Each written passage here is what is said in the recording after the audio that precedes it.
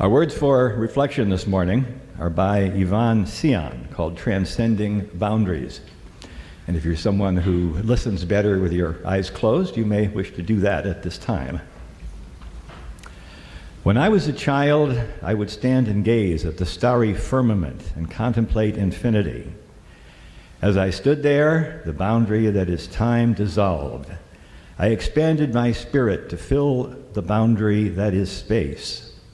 My being stilled, and all fear, anxiety, and anguish disappeared. Forgotten were the chores, the homework, the ordinary around me. Transcending boundaries was fun in those days, but as I reached adulthood, it became more difficult. More and more, the world was with me as I did chores and homework. More and more, my own fears were with me as I encountered others. More and more, I was aware of the boundaries of race, class, age, and sex. I felt myself cringe at the bantering youth in the street as they came nearer. I felt myself become tearful as I encountered a senior citizen living with pain or the limited choices of a fixed income. I felt myself become angry as I was subjected to the indignities of being rejected by others because I am black, because I am a woman, or because of the blind person or the openly gay person I was with. I felt myself become unwilling to acknowledge my oneness and the addicted person who is my friend, or the homeless people sleeping on the benches in the park. Today, transcending boundaries is hard work. For one thing, I've created more of them since I was young, and I've built them higher and stronger than they once were. For another thing, I'm much more self-righteous and much less humble than I was then. Sometimes when I'm at my best, I remember that the other I distinguish myself from could be me in another time, another place, another circumstance. Then I remember the words of a colleague who observed that, quote, "It is my racism, my sexism, my homophobia that I am called upon to address." So I take a few deep breaths and begin to release the fears that are the boundaries between me and my fellow humans.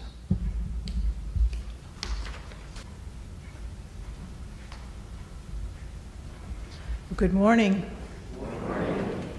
It's wonderful to be here with you all this morning. It's always something of an interesting experience speaking with or preaching to a congregation.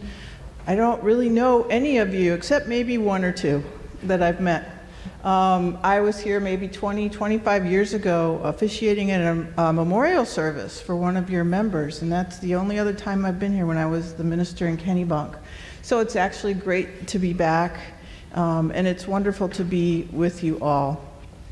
I have to admit that I'm feeling a little inadequate to the task this morning, and the good news, I guess, is that I'm not alone. There are clergy and many people of faith all over the country struggling mightily this week on how to address the president's racist characterization of African countries and Haiti, especially in the context of the life and work of the Reverend Dr. Martin Luther King. The bishops of the United Methodist Church released a statement condemning Donald Trump's remarks, which read in part, "We're appalled by the offensive, disgusting words attributed to President Donald Trump, who is said to have referred to immigrants from African countries and Haiti and the countries themselves as in an insulting and derogative manner. As reported, Donald Trump's words are not only offensive and harmful, they are racist." It continues, "The fact that he also insists the United States should consider more immigrants from Europe and Asia demonstrates the racist character of his comments. This is a direct contradiction of God's love for all people. Further, these comments on the eve of celebrating Martin Luther King Day belies Dr. King's witness in the United States' ongoing battle against racism. Indeed, How do we respond to Donald Trump's racism in the context of our ongoing battle with racism? I think that's the larger question. The Methodist Church is speaking out, grounded in their faith in a loving God, and I understand that the United Church of Christ has made a similar statement, but saying the emperor has no clothes is only part of the answer. Pointing the finger at one man, no matter how powerful, is like lancing a boil that allows an underlying infection to ooze out. You haven't really treated the infection at all. In an interview this week on Democracy Now!, the Reverend William Barber said that we focus too much on the man. He said that Trump is a symptom of a deeper moral malady. Reverend Barber suggests we shift our focus to policies that uphold and maintain white supremacy and the lawmakers that promote them.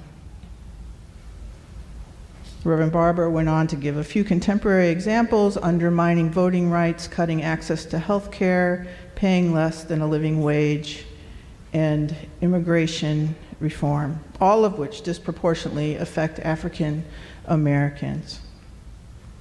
So Dr. Barber concludes, the question becomes not, are you loud like Trump? Do you carry on the antics of Trump?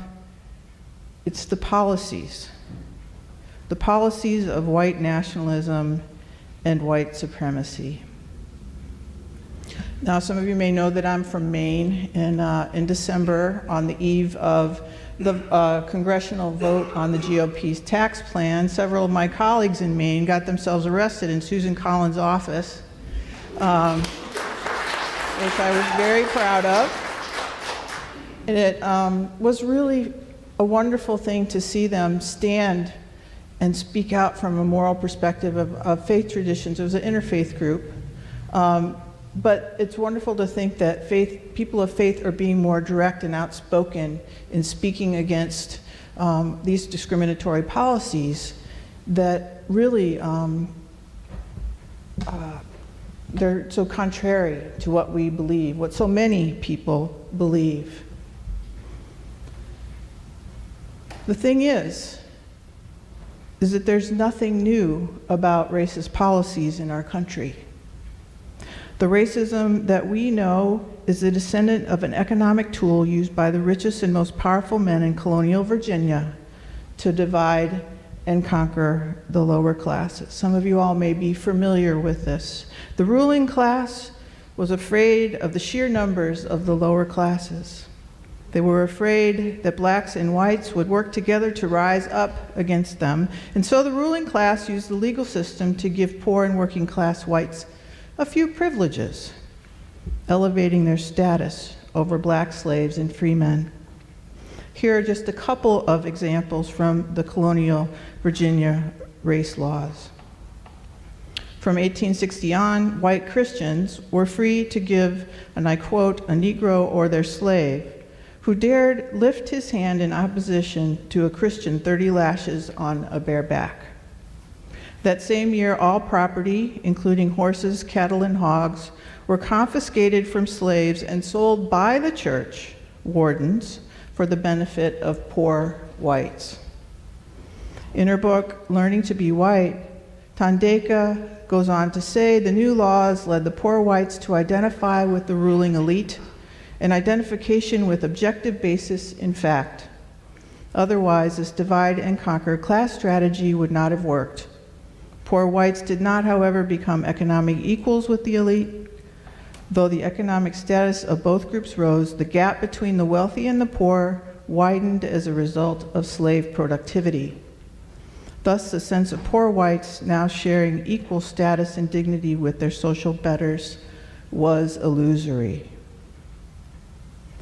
Instilling in poor whites a sense of privilege based solely on the color of their skin set the system that we know as racism in motion, and fear has widened the gap. White privilege was legislated, but so was and is the fear that whites could lose their jobs to blacks who were expected under the new order to work for less. Black labor became profitable when it became legitimate to treat blacks as something less than fully human. And this hierarchy was designed to benefit the rich at the expense of everyone else. Emphasis on the word designed. In short, my friends, working class whites sold their souls for the illusion of being better off than they were, and as a result, they lost their class alliance. And so we're the product of this 300-year history of conditioning, right? That leaves us with not only these policies and social structures, but also deep-seated social, psychological, and spiritual patterns of relating across difference. In an essay, Audre Lorde wrote, "Institutionalized rejection of difference is an absolute necessity in a profit economy which needs outsiders as surplus people.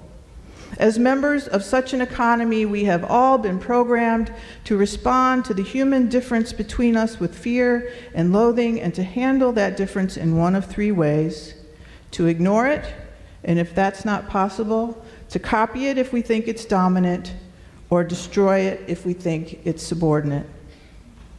But we have no patterns for relating across our human differences as equals. As a result, those differences have been misnamed and misused in the service of separation and confusion." It seems especially fitting on a number of fronts to revisit Martin Luther King's legacy this morning. The week before his assassination, April 4th, 1968, Dr. King said, "Truly, truly, America is much, much sicker than I realized when I first began working in 1955. Dr. King spent his entire career on the front lines, confronting the rage of white racism in this country. He experienced the insidious infection so deeply rooted in the minds and hearts of white Americans, causing them to react so violently to his pleas for human equality. It took racism in this country almost 300 years to evolve and mutate into its present form, and we're just beginning to understand the complex dynamics of that evolution and its hold on all of us. It's so much more complicated than calling out a racist. Racism is woven into the very fabric of who we are as a country, who we've always been. It's socially constructed, it serves a purpose, it benefits the rich by creating a human pecking order that diminishes the dignity and worth of all of us. Racism is rooted in our laws, our policies, and our social structures. It's worked so well that in many cases, it's become invisible, but it's infected the minds and souls of all of us. It traps all of us in hierarchical categories that divide and isolate us from one another, making it very hard to work across difference. Denouncing it is one thing, dismantling it is another. And as a white person of privilege, that's the work that I feel called to do. Frankly, I'm not sure how African Americans in this country who've been so exposed and so hurt risk stepping out into such a dangerous world every day. I can't imagine being the parents of the children that participated in the Children's Crusade, knowing that they'd be attacked by dogs, doused by fire hoses, treated brutally by police and thrown in jail, fearing the worst. I can't imagine being one of those kids, so brave, so committed, so engaged, even in the face of fear. And I don't know how many of you remember watching the television coverage during the 60s, during this time, and seeing those young people being pushed back by the force of water, being attacked by the dogs. And I was just shocked that anyone could treat human beings that way. And it was that shock and that awe that finally got the attention of the majority of this country, who was really unaware at the time. But it was the rage in people's faces, the sheer brutality of one human being against another, in which I began to see, even as a younger person, the deep-seated psychological nature of racism. And I stand in awe of the Reverend Dr. William Barber II, who, as an African-American minister following in the footsteps of King, is trying to build what he calls a fusion coalition, transcending boundaries of race and class and religion, to carry on Dr. King's work in organizing a new Poor People's March, understanding that the underpinnings of racism is money, profit for a very few people at the expense of everyone else. In his book, The Third Reconstruction, Reverend Barber writes about an experience he had as a young preacher in Martinsville, North Carolina, where he was blindsided by his own fear and mistrust of white people. He was asked to help organize a union at a local factory. I know some of you have read. How many people have had a chance to read at least or hear more about the Third Reconstruction? I know we're all talking about it in our congregations. It's an amazing book. He was asked to help organize a union in a local factory, so he was hoping to get poor blacks and whites to work together in their shared economic interest, rallying others to join the cause because it was the moral thing to do. Even so, unfortunately, the union was defeated because, in Reverend Barber's words, we had allowed ourselves to be divided. In part, he goes on to examine his own experience and how it colored his perceptions and actions at the time. Reverend Barber says, "When I turned the searchlight of truth on my own soul, I had to acknowledge my own assumption and fears." And he goes on to share this memory. "I remember an evening in 1975 when I was 12 years old, visiting the home of my uncle who had married a white woman in eastern North Carolina. In the darkness of that night, we looked out the window of their home to see a fiery cross illuminating a small crowd of men. With an almost eerie sense of calm, my uncle took a shotgun off the rack, handed it to me, and said, 'Stand by the back door and shoot anything that moves.' My family knew that we had the blood of black, white, and Native American ancestors flowing in our veins. I was never opposed to integration on principle, but I learned firsthand to fear white anger and the violence of white mobs. For me, a 12-year-old boy, it had been a matter of life and death. 15 years later, those patterns of mistrust and suspicion had been written upon my young soul, were being used against me by people in power to subvert my work for human freedom. I naturally trusted the black workers and their pastors, but I was suspicious of white workers and their allies. I had good reason for these inclinations, just as others had reason to trust their own gut. But Martinsville showed me that Jesus' insistence that we love our enemies is more than just an ethical idea. In the struggle for human freedom, it's also a practical necessity. If love does not drive out the fears that so easily divide us, we will never gather together in coalitions strong enough to challenge those who benefit from injustice. If love does not drive out the fears that so easily divide us, we will never gather together in coalitions strong enough to challenge those who benefit from injustice. And so the question becomes, what does a love strong enough to bind us together look like? We are called once again to love, but what does that love look like? What does it really mean? We're called to transcend the boundaries of race and class, to speak out for unity and justice, to march, to go to jail, but we're also called to acknowledge our own fears, our own assumptions, our own histories, our own experiences. And as Reverend Barber points out, that kind of self-examination is not an easy love. Turning the searchlight of truth on our own souls can illuminate some ugly. And I have to admit that when I've turned that searchlight on myself, when I look for my own truth, that one of my sources of guilt and shame really is that in some ways I'm very comfortable.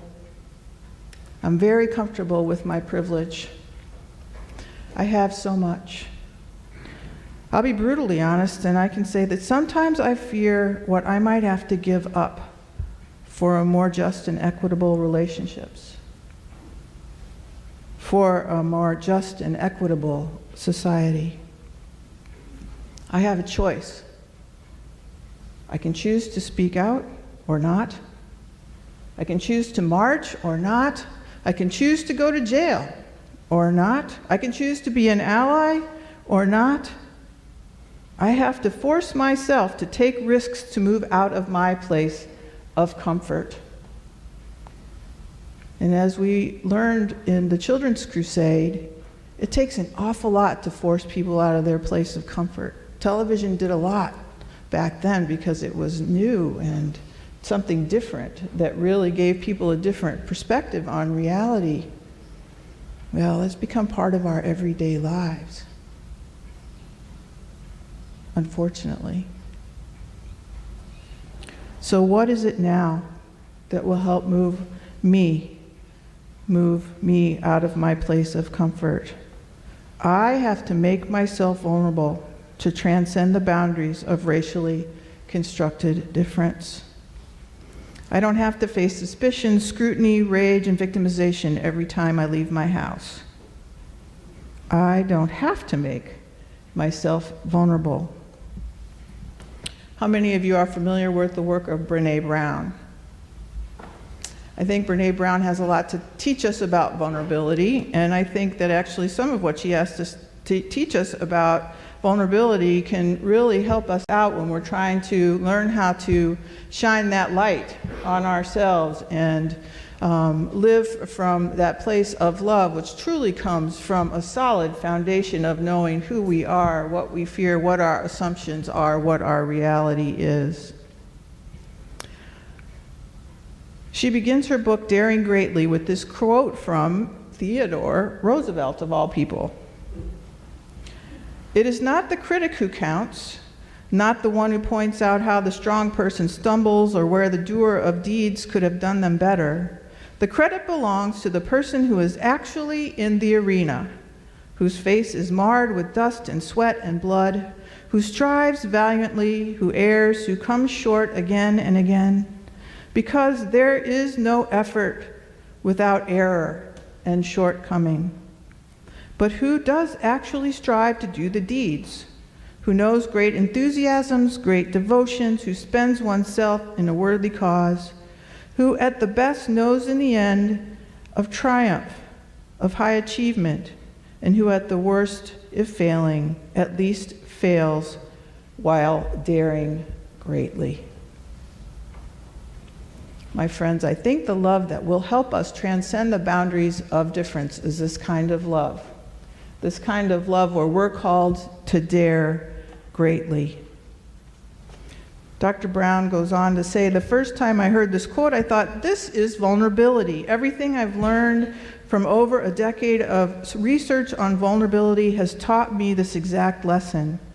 Vulnerability is not knowing victory or defeat. It's understanding the necessity of both. It's engaging. It's being all in. It's being all in. It's knowing that we're part of the interconnected web of life and being all in. Our willingness to be vulnerable taking a look inward and naming our own racism. The fear and mistrust we've learned simply by being born into a racist culture is an important part of learning to transcend the boundaries of difference. Brené Brown says that vulnerability is the catalyst for courage, compassion, and connection. It's the catalyst for love. It's our vulnerability, that soft, tender, sometimes hurting, always open-hearted place that is the seat of compassion and connection for others and for ourselves. Our principles provide us with a moral imperative. We're called to affirm and promote the worth and dignity of all people, justice, equity, and compassion in our relationships, the use of the democratic process, and the interdependent web we all belong to. Reverend Barber is asking us to raise our voices with others that share our values, using our collective moral voice based on our principles to speak out against policies that widen the breach between us. I believe that we can answer that call. But I've also come to believe that to transcend boundaries of race, we have to be willing to make ourselves vulnerable, to shine the searchlight of truth on our own souls. Those of us who are white will have to answer the question, what is it about my white privilege that keeps me from being all in? My friends, may we find the strength and courage to answer the big questions. The big questions for equity and for justice for all. May it be so. Blessed be.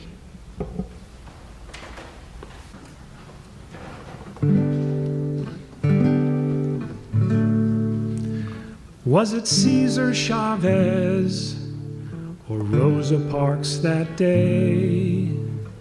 Some say Dr. King or Gandhi set them on their way.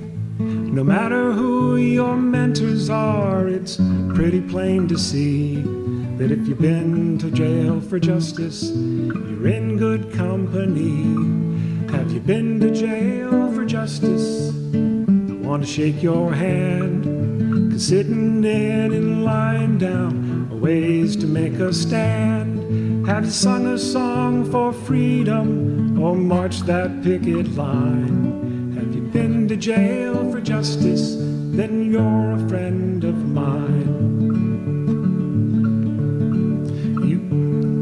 You law-abiding citizens, listen to this song, 'cause laws were made by people, and people can be wrong.